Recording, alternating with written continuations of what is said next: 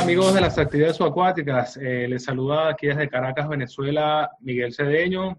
Y bueno, hoy estamos grabando acá 5 de abril del año 2020.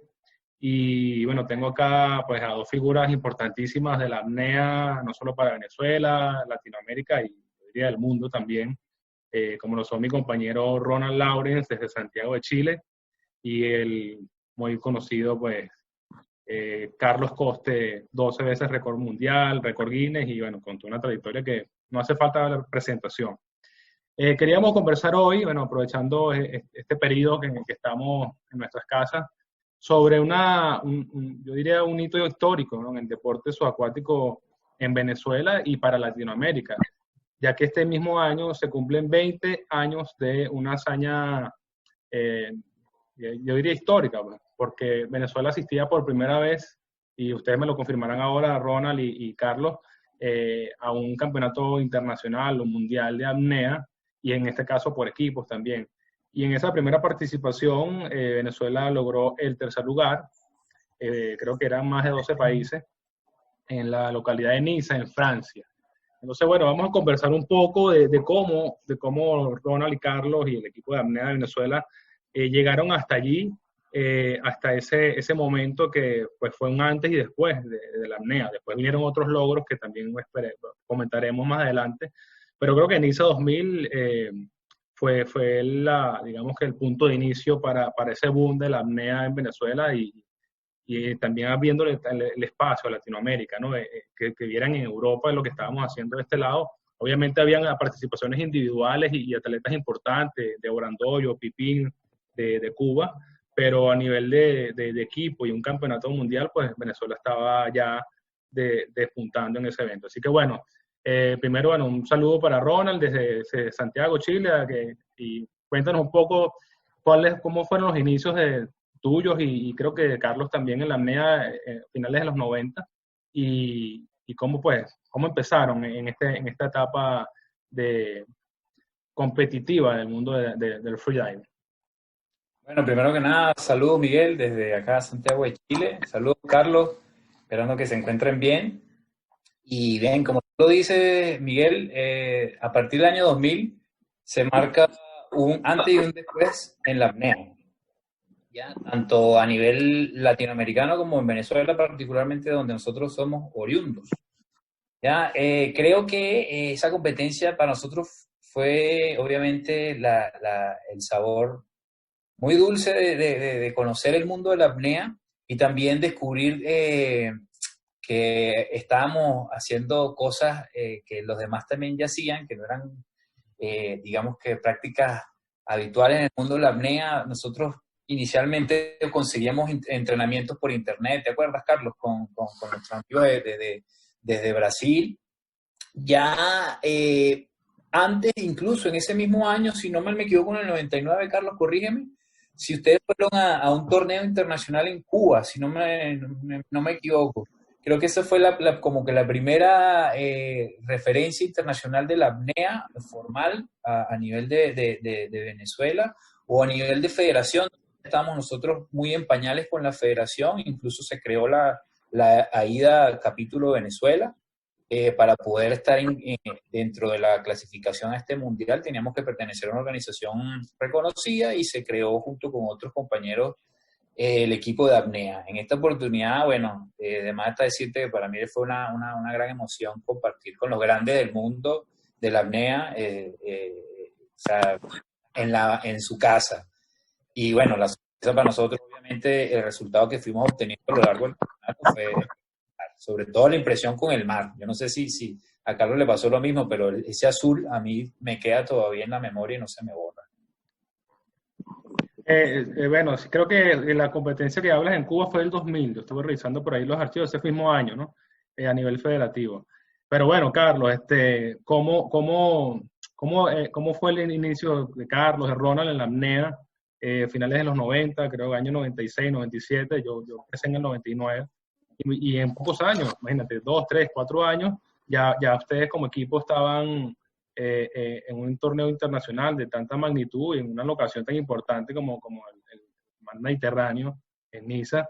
¿Qué significó pues, esa evolución desde sus inicios hasta, bueno, vámonos al Mundial de Niza, capitaneados por José Martín y con otros compañeros, José Tálamo, Coco y Néstor Aparcedo, y en compañía de Renier y yo también como médicos, que bueno, que se formó ese equipo multidisciplinario bien interesante. Y bueno, cuéntanos un poquito en tu experiencia, cómo fue desde tu inicio en la apnea hasta llegar a ese evento.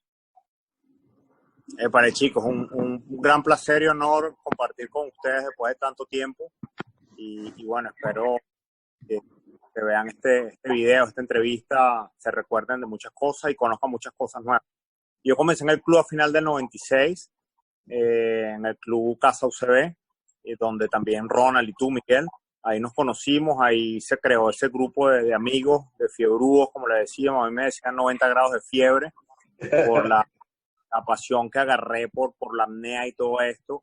Y Ronald menciona de que, bueno, que las técnicas por internet, en aquella época yo diría que el internet no estaba muy primitivo y poco, yo no sabía con qué se comía eso prácticamente, y parte de las técnicas, en parte en el club nos dieron opciones muy básicas y primitivas. Yo recuerdo que había una locura que hacíamos, que la apnea estática la hacíamos en el fondo de la fosa clavada a 4 metros de profundidad. Sí. Una locura, ¿no? Pero en aquella época ese era nuestro estilo, porque no teníamos información, pues. Pero ya con el tiempo empezó a llegar información, no directamente de internet, diría yo, era como indirecta. Habían personas que tenían acceso a resultados de competencia y nos iba llegando así como por gotas. Y de Brasil, como tú dices, está Adriana Fortunato, Carlos Meyer, que teníamos el contacto. Bueno, me llegan algunos datos, pero gran parte del desarrollo nuestro en esos años previos al 2000 fue en gran parte autodidacta. Sí. Yo siento que, yo no sé si tú te acuerdas, Ronald, que cuando estábamos explorando cerca de los 60 metros, yo estaba empezando a llegar a los 60, yo tenía una inquietud de cómo llenarme más de aire en los pulmones, y no de la manera. Y bueno, empecé a buscar libros de yoga por mi cuenta y tal, pero yo me acuerdo una vez, yo llegué de una fiesta, una rumba, llegué medio zarataco a mi casa, y entonces estaba en la cama. Cubriste las carpas, claro. Y entonces yo me pongo a experimentar así antes de dormirme, y me pongo a tragar aire, y me di cuenta que tragando aire, entre comillas, lo que le dominamos ahorita empaquetamientos de aerocarpa, me di cuenta que llenaba más los pulmones, y eso para mí fue un descubrimiento. Estaba descubriendo el agua tibia porque en Europa eso se usaba, pero yo no sabía, pues. Yo lo descubrí de ocioso. Y llamé inmediatamente a Ronald, cerca de la medianoche. Ronald, negro, conseguí la manera de llenar, y le expliqué. Carpa. Y en gran parte no sabemos cómo usarlas específicamente, pero empezamos a experimentar con eso, y así muchas otras cosas. Lo que hablan de la primera competencia, sí, es cierto que fuimos una pequeña competencia en Cuba, muy básica. Yo recuerdo que la piscina, la visibilidad era menos de 1 metro y no tenía línea en el fondo. Tuvimos que poner una cuerda con unos ladrillos en el fondo para hacer la dinámica de la piscina. O sea, y realmente yo esa competencia no la cuento como un roce internacional, porque yo siento que nuestro primer roce internacional formalmente fue Niza 2000, donde fue todo el equipo venezolano. Y ahí fue que realmente hicimos ese equipo. No obstante, estábamos entrenando antes. Nos la pasamos en Chichiriviche, la costa, con Muiño, con toda esa gente que nos apoyaba y que nos llevaban a los peñeros a entrenar afuera. A Puerto Cruz. De una manera muy primitiva, en Puerto Cruz también, de una manera muy primitiva, cometiendo errores. Yo recuerdo que más de una vez hacía bajadas a 60 metros, cosas así, 70 metros de aquella época, y a veces salía con long squeeze, con barotrauma pulmonar, escupiendo sangre, y yo me iba después a pescar, porque yo no sabía lo peligroso que era el long squeeze. Ahorita es algo, es como que bueno, es un craso error hacerlo ahorita, pero en aquella época no sabíamos. Entonces éramos como los propios picapiedras de la apnea, y bueno, así fue que nos forjamos. Y en Niza, que fue nuestra primera competencia internacional, eran casi 30 países, si mal no recuerdo, creo que eran 28 países.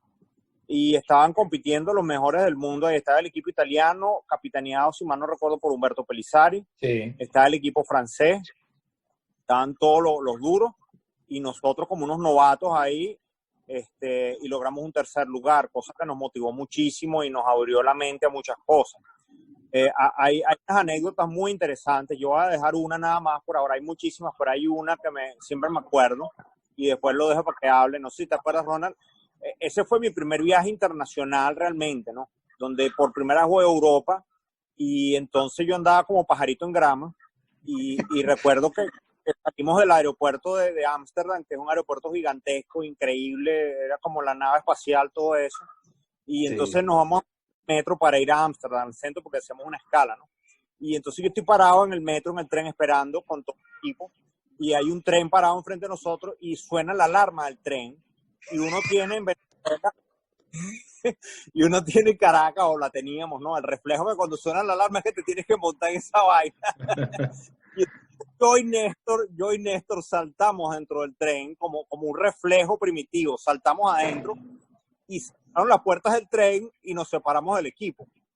Y no teníamos ni la menor idea que ese tren para dónde iba. En Ámsterdam es un laberinto de líneas de tren. Sí. Y sabíamos exactamente para dónde iba ese tren y no hablábamos holandés ni mucho inglés. Y bueno, nos montamos ahí, nos separamos del equipo con la incertidumbre para dónde nos iba a llevar el tren, ¿no? Y yo me acuerdo que nos sentamos en una mesita, porque el tren tiene como unas mesas, estamos Néstor y yo hablando, y de repente el tren se va a parar en una estación y también nos da el reflejo, no, vamos a bajarnos aquí a ver si esperamos el equipo. Pues no teníamos ni la menor idea que es un laberinto de líneas, pero bueno, nos bajamos en la primera estación, y entonces cuando nos bajamos así, estamos viendo el tren que se va a ir, Néstor se da cuenta que dejó la cámara en la mesita del tren. Entonces Néstor salta al tren, el tren se cierra y se lleva a Néstor y yo me quedé solo en la estación. Oh. No, si yo me acuerdo, yo tuve que hacer la transferencia caminando. Yo le dije, José, no, se fueron, y bueno, ponme la dirección del tren. Bueno, va para el este o el oeste, no me acuerdo. Bueno, yo voy a agarrar para allá y usted agarra para allá y nos encontramos aquí nuevamente en media hora. Ese era el plan, esa era la estrategia, porque no teníamos ni teléfono ni nada. Chamo, y yo empiezo a caminar por ahí y eso era el mundo en completo, chino, ingleses, alemanes, holandeses, de todas las nacionalidades metidas en toda esta transferencia, chamo. Y yo decía, ¿dónde estarán estos dos? Que tenemos que montarlos nuevamente en el tren para irnos para el aeropuerto, para irnos para la competencia. Todavía falta, está desde el principio del viaje. Pero bueno, yo en una de esas no sé qué pasó, viendo unos tulipanes, también me confundí, ya estábamos ya entregados, pues bueno, esta gente no sé dónde está. Y nos fuimos encontrando uno a uno, chamo, qué increíble fue eso, ¿verdad que sí? En la salida por ahí tengo una foto, después estábamos en la parada de un bus y ahí fueron llegando todos. Sí, nos encontramos en la estación central de Ámsterdam y ahí ya sí dimos una vueltica por Ámsterdam y regresamos. Sí.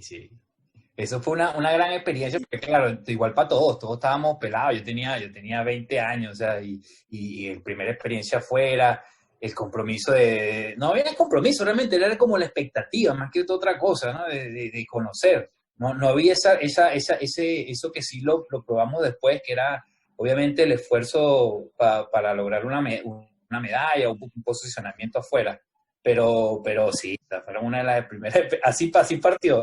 Y bueno, y ahondando un poquito en lo que dice Carlos, en el Club Casu CB, donde somos todos, bueno, de más está decirte que nuestros instructores siempre dieron la pauta para que uno se esforzara un poco más, cuidaban, de vez en cuando nos ayuda con los cuidados, el monitoreo en algunas apneas, con algunos inventos nuevos que se nos ocurrían, de técnica de respiración o de desplazamiento, con los equipos que teníamos. Tampoco éramos que teníamos muy buenos equipos, pero al menos, ¿te acuerdas que uno de los patrocinantes nos dio las aletas antes de irnos, Carlos, para el Mundial, y las tuvimos que probar en el Mundial? Sí, creo que ese fue Claudio Crosopi. Claudio Crosopi. Sí. Mira, no sé si... Imagínate. Se está viendo mi pantalla, ¿ustedes la ven? Sí, ahí estamos celebrando allá en Niza y creo que ya tenemos el trofeo ahí en las manos de Ronald cuando quedamos terceros. Correcto. Sí, aquí está, bueno, esto fue un reportaje que hicimos en la revista Sportsub número 2 en abril-mayo 2003, creo. Y aquí ya hacía un recuento, ¿no? Esto va más allá, porque esto fue un recuento desde el 99, que yo los conocí, que conocí el mundo subacuático, hasta el 2002 que vino a Hawái, que no sé si nos da tiempo de conversar un poquito sobre eso, que fue el primer lugar. Pero bueno, aquí está, precariamente se ve, porque bueno, son los archivos que conseguí, la foto del equipo de José Tálamo, Ronald, José Martín, que fue el capitán y presidente de la AIDA Venezuela, Renier y yo, excelente médico hiperbárico, excelente persona. Y Carlos, pues obviamente como desfilando allí con la bandera de Venezuela de 7 estrellas. Aquí está también el postercito del evento con las aletas que decía Ronald, que eran como transparentes. Breyer, creo que era la marca, no me acuerdo. Sí, eran artesanales, las hacían allá mismo en Niza. Y aquí está una fotico de la revista Freediver, ¿se acuerdan? Freediver de Gran Bretaña, que era uno de los medios que llegaba aquí, creo que ustedes las trajeron, unas revistas impresas, ya estaban llegando, y tenían su página web también. Y bueno, aquí la foto del equipo, y que está aquí abajo es José Martín, que estaba de coach en la competencia de estática. Ese es Coco. José Tálamo, correcto. Importante, esa competencia de Niza, que fue por equipo, incluyó 2 modalidades, ¿no? Peso constante con aleta y estática, nada más, ¿no? Sí. En aquella época las competencias eran por equipo, no eran competencias individuales, y era sumatoria de puntos entre tres atletas activos, un reserva, y se competían las modalidades más importantes para aquel momento, que eran una estática y peso constante con aleta. En aquella época la monoaleta era algo muy exótico y poca gente la usaba. Nosotros yo vi dos, en esa oportunidad yo vi 2 nada más. Pero la monoaleta era muy exótico, era algo así como que no creíamos que funcionara para la apnea. En aquel momento muy pocos equipos la estaban usando. Imagínate que los italianos todavía estaban usando todos bialetas. Los franceses eran de los pocos que usaban monoaleta, y Herbert Nietzsche estaba ahí usando monoaleta también como pioneros de la mono, pero el resto eran las bialetas. Así es. Mira, me recuerdo también una de esas, la locación espectacular. Niza, para mí es la, por no decir, una de las mejores canchas deportivas para la apnea, por la condición de la propia bahía como tal, o bueno, corrígeme tú con el nombre que debería llevar eso, pero técnicamente las condiciones son muy buenas, es muy profunda, aguas bien calmas y muy azules, ¿ya? Y de hecho han repetido varias veces el mundial, tanto individual como por equipo, y el año pasado creo que fue un reencuentro que se hizo, que estuvo muy bueno. Y obviamente, mira, fue una de las mejores experiencias de nuestra vida. Incluso en la apnea estática se hizo un hotel espectacular con la piscina. Uy, sí. Espectacular, al borde de la costa. Y yo me acuerdo que estábamos muy bien posicionados cuando hicimos las profundidades, anunciando las marcas, vimos que teníamos buen chance, no teníamos la expectativa de ganar, pero vimos que teníamos un super chance. Y eso se nos abrió el apetito, ¿no? Sobre todo con el tema, porque hay otro de los grandes que se fue cayendo, como fue Italia. Y ahí fue como que, miren muchachos, tenemos el chance de meternos en los papeles. Me acuerdo que eso fue lo que dijo José. Tratemos de hacer lo que ya siempre han hecho sin volvernos locos. Carlos, no te emociones mucho. No sé quién, a Coco fue el primero que hizo la estática, no me acuerdo. Yo me acuerdo que él me dijo, no tienes que hacer más de 5.5. Fue lo último que a mí me dijeron. Yo era el último que creo que entró al agua. Y chamo, me fui a poner el traje y el traje se me ha roto, pana. Metí la manga así y se me rompió por aquí todo el traje de neopreno. Que el agua es fría, igual la piscina es fría. Yo, ¿cómo hago? Ahí yo sabía que no podía estar estresado, pero metabólicamente yo como que mi cabeza empezó a trabajar y dijo, si me estreso, pierdo. Entonces yo me paré, vi el traje, lo doblé, lo puse aquí así, fui donde mi capitán, le digo, José estaba monitoreando a Carlos, no sé cómo estaba, ya va negro, espérate. José, ¿qué pasó? Cuando se voltea así y me ve el traje, él brincó, ¡uy! No te estreses, quédate tranquilo. Y yo, no, yo estoy tranquilo, sí, todos zen, no, yo no estoy tranquilo, pero necesito un traje porque hace frío. Entonces, coño, me pasaron un traje, yo no sé quién fue, pana, pero eso fue mágico. Y yo puse mi traje, me metí al agua, me concentré, chamo, y de repente fue como una película. Yo hice mi apnea maravillosa, salgo a un lado, veo que el francés hizo menos que yo, y yo veo a la gente, chamo, como que estamos metidos en los papeles, qué maravilla. Y yo después que pasa toda esa celebración, digo, mi traje, se rompió, no puede ser. yo pude botar lo del traje, que tuve que trabajar todo el verano para poder comprarme el bendito traje en unos campamentos vacacionales. Bueno, son sacrificios que uno hace por el deporte, pero coño, las anécdotas son infinitas. Mira, aquí Sí. aquí tengo para que la gente vea, conseguí acá, déjame compartirlo acá, la tabla de clasificación de ese mundial, en una página de archivo Mira, acá. Vamos a ver, para que vean los países que estaban en esa época y cómo quedó Eran Venezuela. 28 países. tengo aquí el video de 26, sí. Aquí están. Eran 26 países. Veo acá, lo ven acá, ¿no? Mira, ahí está. Peso constante, 154 Venezuela. Está, fue ¿qué? Como la cuarta, ¿no? La cuarta mejor clasificación. 188, 168 Alemania y Canadá, Venezuela 154. Que era la suma de las profundidades individuales de los tres titulares, ¿no? Claro. Sí. Y después en la estática, con 157 pasan a Canadá. Pasan a Canadá, que estaba de tercero en el peso constante, de segundo con Alemania, y ahí está la clasificación final. Francia, 357, Alemania 348, Venezuela 311, Canadá 300, y así. Y vean la cantidad de países y el nivel, ¿no? Y Sí. solamente estaba Venezuela y Brasil, veo acá, que creo que fue con un solo competidor, porque tuvo 20 metros nada más, ¿no? Y Estados Unidos. Y Estados Unidos de América, pues, exacto, Sí. de Sudamérica. Sí, claro. Yo tengo ahí dos anécdotas respecto a la parte competitiva también de ese evento, que yo me acuerdo que yo había hecho un entrenamiento de 60 metros, pero para asegurar la cuestión, como era un evento por equipos, la idea era asegurar el equipo. Decidimos entre el equipo y yo que, bueno, yo iba a intentar nada más 57 metros. Pero había algo que quizás no me esperaba, que el equipo italiano, que era como el favorito, todos los tres atletas italianos anunciaron también 57 metros. Eso no es malo porque es por equipo, o sea, tú tienes que sumar, pero eso me puso a mí como nervioso, porque yo dije, oye, si el equipo favorito, toda la tradición, está haciendo 57 metros, y yo vengo aquí como el propio novato, hace 57 metros, o sea, yo estoy arriesgándome quizás con esto. Entonces, esa marca que yo anuncié, ya cuando tú anuncias, eso es lo que queda, eso es lo que tienes que hacer, son 57 y más nada. Entonces me puso más nervioso. Entonces, en aquella competencia recuerdo que competíamos, creo que habían 2 líneas de competencia paralela o algo por el estilo. Entonces le tocaba al atleta italiano primero que a mí.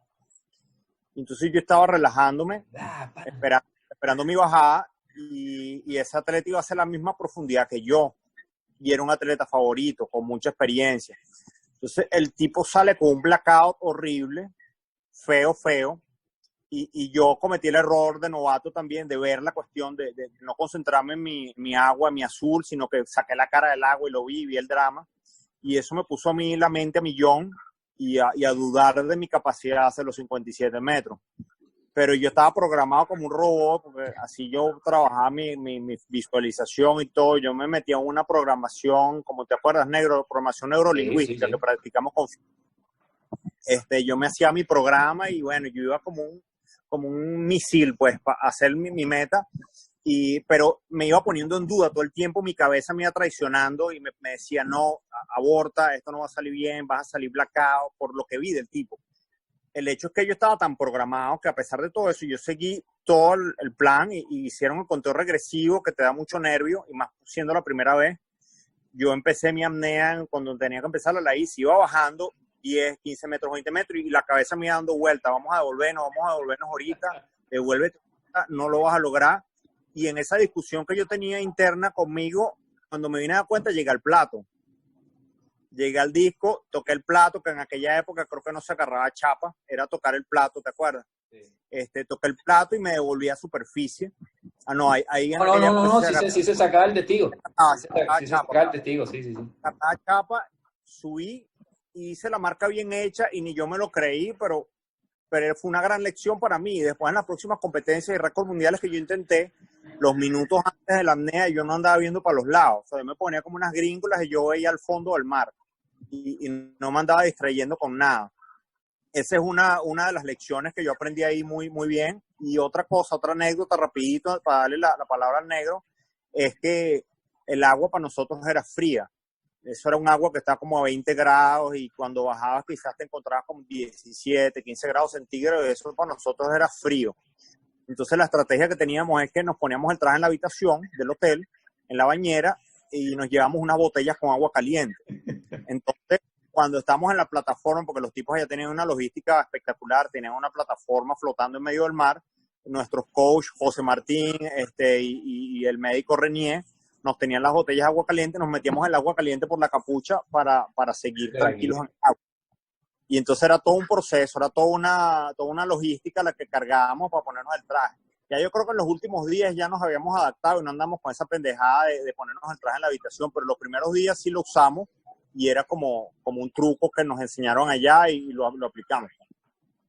Mira, a mí el olor a pino en la mañana, Uy, nunca qué rico, más sí. se me olvida, pana. Ese olor con ese frío, con ese traje, coño, chavo, era una cuestión increíble, pero bueno, para nosotros era el único mecanismo de poder lograr estar en ese sitio y obviamente entender toda la artimaña, digamos, los trucos que vienen de parte de la preparación previa para hacer una inmersión buena.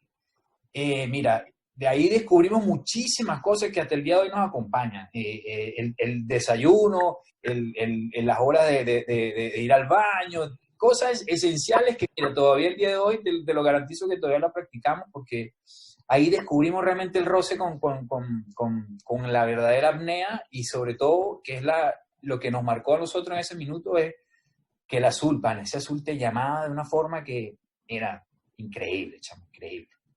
Que bueno, después cuando fue el campeonato individual en el 2005, en esa oportunidad yo no era atleta, yo estaba como técnico de la selección, azul otra vez me volvió el cerebro y de nuevo, o sea, fue increíble cómo ese azul eléctrico del Mediterráneo era tan propicio y tan llamativo para buscar más profundidad. Y además, la logística a nivel de competencia, era un trabajón, pana, era un trabajón. Nosotros que hemos organizado eventos de profundidad, es un trabajón, porque la seguridad de todo depende de lo bien organizado en que se encuentre todo y los mecanismos de activación de resguardo a los atletas también. Y bueno, los amnistas de seguridad también, coño, que te acompañaban hasta 20, 25 metros, eran bastante cuestiones bastante importantes que el día de hoy todavía nos acompañan. Y así es. No sé si te acuerdas, otra de las anécdotas fue cuando llegamos a Niza, en el aeropuerto, agarramos un taxi a la dirección del hotel donde nos íbamos a quedar, pero eso estaba medio enredado. Eso no es como que tú tienes el Google o tú usas Uber y te llevan directo para el sitio. Pues en aquella época eso no existía y la vaina era medio primitiva. Pues. Entonces imagínate nosotros llegando todos amanecidos, era de madrugada, no sé, era tarde en la noche con las maletas, novatos allá en Europa por primera vez, como unos carajitos, todos nerviosos y todos perdidos. Pues entonces llegamos y parece que llegamos a sitio que no era. Yo me acuerdo que llegamos como una casa. Una casa abandonada. Casa abandonada y entonces nosotros con esas maletas en medio de la nada y no era el sitio. Entonces yo creo que era el taxista quizás que se peló también. El hecho es que al final nos logran llevar al hotel y nos recibe Pierre Frola, que para la época era un ídolo, era uno de los apneístas más famosos y él era uno de los organizadores y atleta también. Él nos recibe y nos da la bienvenida en el hotel finalmente y ahí es que entramos, pero fue una situación tensa de saber si íbamos a dormir en la calle o si no estábamos en la dirección correcta o qué sé yo, y no sé si tú te acuerdas de eso. Sí, no, y eso es lo que te digo, que esas experiencias nos acompañan el día de hoy, porque lo que te pasó a ti, lo que me pasó a mí, lo que le puede pasar a Coco, que también estuvo en la competencia, y Néstor, que obviamente estaba con muchas ganas de competir, pero en esa oportunidad él era la reserva. Y era que no nos parábamos, nos seguíamos hacia adelante, teníamos un objetivo que era participar, que nos fuese muy bien, y creo que eso a todos los deportistas que se comprometen a representar su país, yo creo que eso es algo que tienen que tener siempre metido aquí en la cabeza, man. Eso que nada te detenga, Bueno, interesante. Así es, yo recuerdo que no teníamos dinero, estaba muy incierto el viaje, y nos pusimos que si hacer rifas, estábamos viendo cómo reuníamos plata. Casi al final, de la cuestión, el IND promete que sí, que nos va a pagar los gastos y tal, y casi que nos endeudamos, pedimos prestado y nos fuimos. Sí. Este tipo de sacrificio y de entrega, yo no la veo tanto en los últimos años en el deporte, por lo menos en Venezuela, en muchos casos. Y bueno, yo me imagino hay muchas circunstancias allá, no me quiero meter en ese aspecto, pero siento que muchos atletas no tenían esa entrega de tu sacrificar todo y ver de dónde consigues la plata, pero tú vas a competir independientemente que te digan o que llegue o que no haya la plata. Y nosotros estábamos organizando rifas, yo me acuerdo, todo tipo de conseguir plata y para allá. Y nos fuimos endeudados, me acuerdo. Sí. Eso fue un compromiso con todo, con el equipo, y forjamos ese equipo que, bueno, obviamente después lo dejaríamos para otro podcast. 1000 días después logramos el campeonato del mundo. Entonces, Sí. yo creo que se forjaron ahí las bases de lo que hoy día nosotros podemos decir que es la apnea a nivel venezolano. Y bueno, Carlos es un vivo ejemplo que al día de hoy todavía es un alto practicante. Yo me fui por el lado técnico y bueno, aquí en Chile ya hemos desarrollado un poquito más la apnea y esperemos que esto siga. Esto no va a parar. Esto no va a parar y se logró lo que dijimos. ¿Por qué tenemos que irnos hasta Europa para ir a competir, pana? No puede ser. Y fíjate hoy día cómo estamos, que se van todos al Caribe a competir. Sí, tal cual. Nos trajimos la apnea para el trópico. Así es. Y bueno, lo importante que fue haber tomado ese riesgo, ¿no? Como dice Carlos, a nivel económico, sin de repente la preparación técnica y lo que hoy en día, pues, un equipo de cualquier deporte de alto rendimiento tiene. Y eso lo que significa, ¿no? Uno se pone a ver hacia atrás y lo que significa para Venezuela y para Latinoamérica, porque yo pienso que en ese momento Venezuela se volvió referente latinoamericano de la apnea, ¿no? Y bueno, también origina muchas cosas, una gran cantidad de apneístas que vinieron después de esas primeras generaciones, y nosotros como con esa necesidad pues de informar, mira, aquí estamos haciendo todas estas cosas, salió Sport al Sur, ¿no? Que bueno, valga la cuña, y estamos saliendo por aquí. Fue esa motivación, por lo menos en mi caso, y después bueno, que lo hablé con Ronald y luego con Néstor, que se incorporó al equipo, era, bueno, vamos a hacer algo, pues lo veíamos por internet precariamente y queríamos informar, no había redes sociales, no había Facebook, no había nada. Yo me acuerdo que publicamos algunas cosas en la página de Casa UCB que yo empecé a desarrollar. Y no, sí. Vale, es que esto hay que darlo a conocer. Obviamente a nivel nacional tuvo repercusiones, pero digamos que en el 2001 que sale Sport al Sur fue esa ventana que nos dio la oportunidad de mostrar lo que estábamos haciendo aquí y que aquí vieran también lo que se estaba haciendo en el mundo. Aprovecho de saludar a Baudi Dávila, que fue uno de los que, mira, paró la oreja y dijo, oye, estos panas están haciendo esto.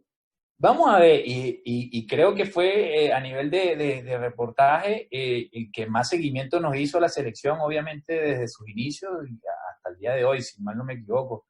Y, oye, creyó en nosotros el gran Baudi, de verdad me acuerdo de él y con mucho cariño lo saludo. Sí, hay varios periodistas que se entusiasmaron con lo que es la apnea y lo que empezamos a crear en esa primera semillita de equipo. Recuerdo que logramos hasta primeras planas en el Nacional y en el Universal gracias a Alfredo Llanes, Ramón Navarro, Ramón 4, que es Víctor Díaz, creo que se llama él, Baudi, por supuesto, que estuvo, y el Miguelito Cedeño, que está aquí, que siempre estuvo desde el comienzo, pues fue parte de todo esto, pues. Y bueno, gracias a esos medios de comunicación y esos periodistas se dio a conocer esto.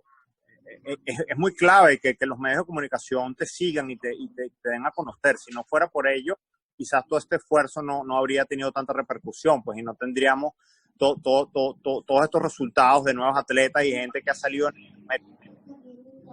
Mira, ya nos queda poco tiempo, este primer contacto que estamos haciendo, de verdad que bueno, agradecerle a los dos, bueno, todos estos años de compartir y bueno, ahora la distancia, pues, por las circunstancias. Y bueno, tengo un videito aquí, de colas de imágenes también que voy a ir pasando para que la gente vea también qué fue lo que siguió, ¿no? Después de Niza, estuvo ese año 2002, después vino COP-UCB 2002, empezando ese año, los primeros récords mundiales de Carlos Coste en octubre del año 2002, que bueno, ya era como que el el cenit pues, de la apnea en Venezuela, 2 récords mundiales en 2-3 días seguidos, eso podemos conversarlo luego también. Y viene Hawái en ese mismo mes, finales de octubre, donde Venezuela logra el primer campeonato mundial, primer lugar en ese campeonato, con la misma selección que había ido 2 años antes. Y bueno, luego competencias que organizamos acá, Secret Down 2003, Chichiriviche de la Costa, después la repetimos en el 2005, eventos que eran avalados por la AIDA en Venezuela y por la FEBA, y por la Federación Venezolana de Actividades Subacuáticas en ese momento. Y bueno, con anécdotas miles que tenemos que, bueno, muchas más conversaciones, Juegos ALBA en Cuba, que fuimos compañeros de equipo los 3, y bueno, luego... aprovecho de decir que la piscina, Carlos, la piscina a la que tú fuiste, que estaba turbia, seguí turbia después de 5 años más. Entonces, bueno, es una historia que probablemente muchos apneístas de estas nuevas generaciones no conocen. Estamos hablando de 25 años casi de la apnea en Venezuela a este nivel. Y bueno, de ahí para atrás probablemente también habrá muchas otras personas que colaboraron a que nosotros estuviésemos en ese momento, finales de los 90. Así que bueno, queda un minutico para un mensaje final de Ronald y Carlos para la gente que está viendo acá el video. Ojalá que mucha gente lo vea en YouTube. Y bueno, seguiremos luego en contacto. Ronald. Bueno, nada, además agradecerte, Carlos, por este espacio de virtual que nos has brindado, como buen pana que eres de todos nosotros y buen amigo. Te agradezco desde el primer día que me dijiste, pana, coño, negro, vamos a meternos en el curso de buceo. ¿Te acuerdas que Rocío nos dijo, vamos a meternos en el curso de buceo en la UCB, pana, que es bastante exigente y bien física? Pana, yo te agradezco eso, porque en verdad mi vida cambió después de eso. 20 segundos, Carlos. Igualmente, yo les agradezco a ustedes dos, a Néstor, a José Martín, a Coco, por ser ese primer grupo pionero. Pues fuimos pioneros en todo lo que está la apnea a nivel latinoamericano y mundial también. Desarrollamos un estilo y un precedente que sentamos en Venezuela, y esperemos que pronto nuestro país se libere de todo esto que está pasando. Y que podamos desarrollar mucho más toda esta herencia de la apnea que tenemos, ¿no? Y seguir promoviendo el deporte como debe ser. Yo desde aquí de Bonaire siempre sigo promoviendo y espero poder enlazar con Venezuela en los próximos años. Bueno, gracias a los dos, de verdad, por este aporte a nuestra comunidad, y bueno, cuadramos luego a seguir estas anécdotas porque son muchos años, muchas cosas que conversar. Y bueno, Carlos, muchas gracias de Bonaire y Ronald, vamos a seguir pendientes porque tenemos otros invitados por allí, y bueno, quedarse en casa en estos días difíciles. Un abrazo para los dos, saludos a todos.